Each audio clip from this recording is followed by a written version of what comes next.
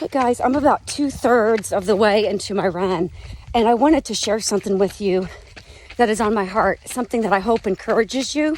And I also want to be transparent. A while back, I told you guys that I was training for 100K. Well, I'm now training for the 100 miler because on this very road here, just a few weeks ago, that's what I felt the Lord call me to do. Now, that being said, I don't know if I'm going to complete the race. All that I know is I'm supposed to step up to the start line. This very same thing happened in November when I ran the Bad Dog 2020 100. By God's grace, I did finish the race, but I also had a pretty extensive recovery time with my feet. I had a lot of problems with my feet. So that being said, I wanted to go back to Prairie Spirit, and I settled for the 100K. Well, you know what? That's not where God wanted me. But that being said as well, I've only been training for the 100K, which puts me way behind the curveball. And that's where the story gets really good. In Judges 7 and 8, it tells us the story of Gideon, who an angel came and found Gideon. He was hiding in the wine press, threshing wheat. He was hiding from the Midianites. And the angel addressed him as mighty warrior. Wow, right? So he's hiding in a wine press and he's a mighty warrior. Well, this is where it gets good. Because we give labels to ourselves, but we underestimate ourselves. When God's with us, man, he defines us and we don't define ourselves. So for him to tell Gideon that he was a mighty warrior, Gideon was a mighty warrior. And he proved it because God later called him to defeat the Midianites. You can read it in chapter 8. But he not only called him to defeat the Midianites, he wanted it so clear that it wasn't in Gideon's power or the power of man, that it was in God's power, that through a series of winnowing down, Gideon went from 32,000 men to fight down to 300. But guess what?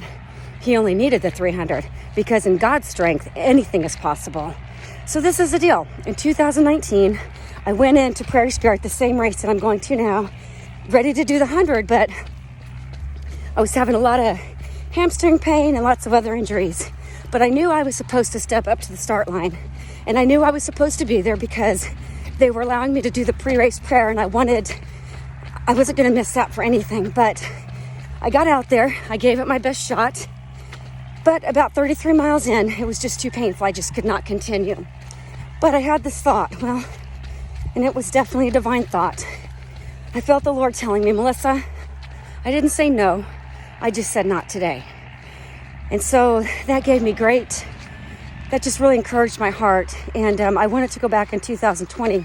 But of course, that's when COVID hit and they didn't have the race. So I guess it's time to see if this is going to be it. I don't know if I'm going to complete it. It'll be a miracle if I can get through this training that I need to do. I have a week and a half really to put in a little bit over a week and a half to put in some heavy duty training. So I will give God the glory for all of it, for each and every step that he gives me. And I will glory and revel in the fact that I'm definitely an underdog, because when this is all said and done, I want people to know it was by God's strength and not mine. So that's why I'm laying it out, and that's why I'm telling you guys. In a physical realm, from the standpoint of man, this is not going to be possible. Just not. It's just not going to be possible. The odds are too stacked against me. But with God's strength, all things are possible. We just have to be willing to step out and allow God to work. So I'm anxious to see what God has planned.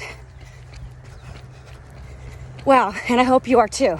But I want to encourage you today that if you're looking at something that God has called you to do, and you're thinking to yourself, there is no way that I can do this. There's no way.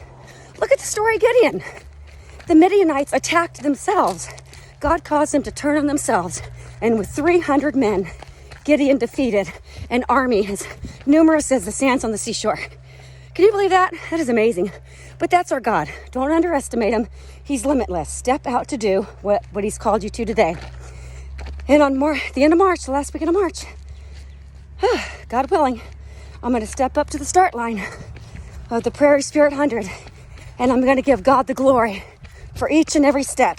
And you can darn well know I'm going to be singing praise songs for 100 miles. Have a great day, guys. Look around. Spring is coming. It's beautiful.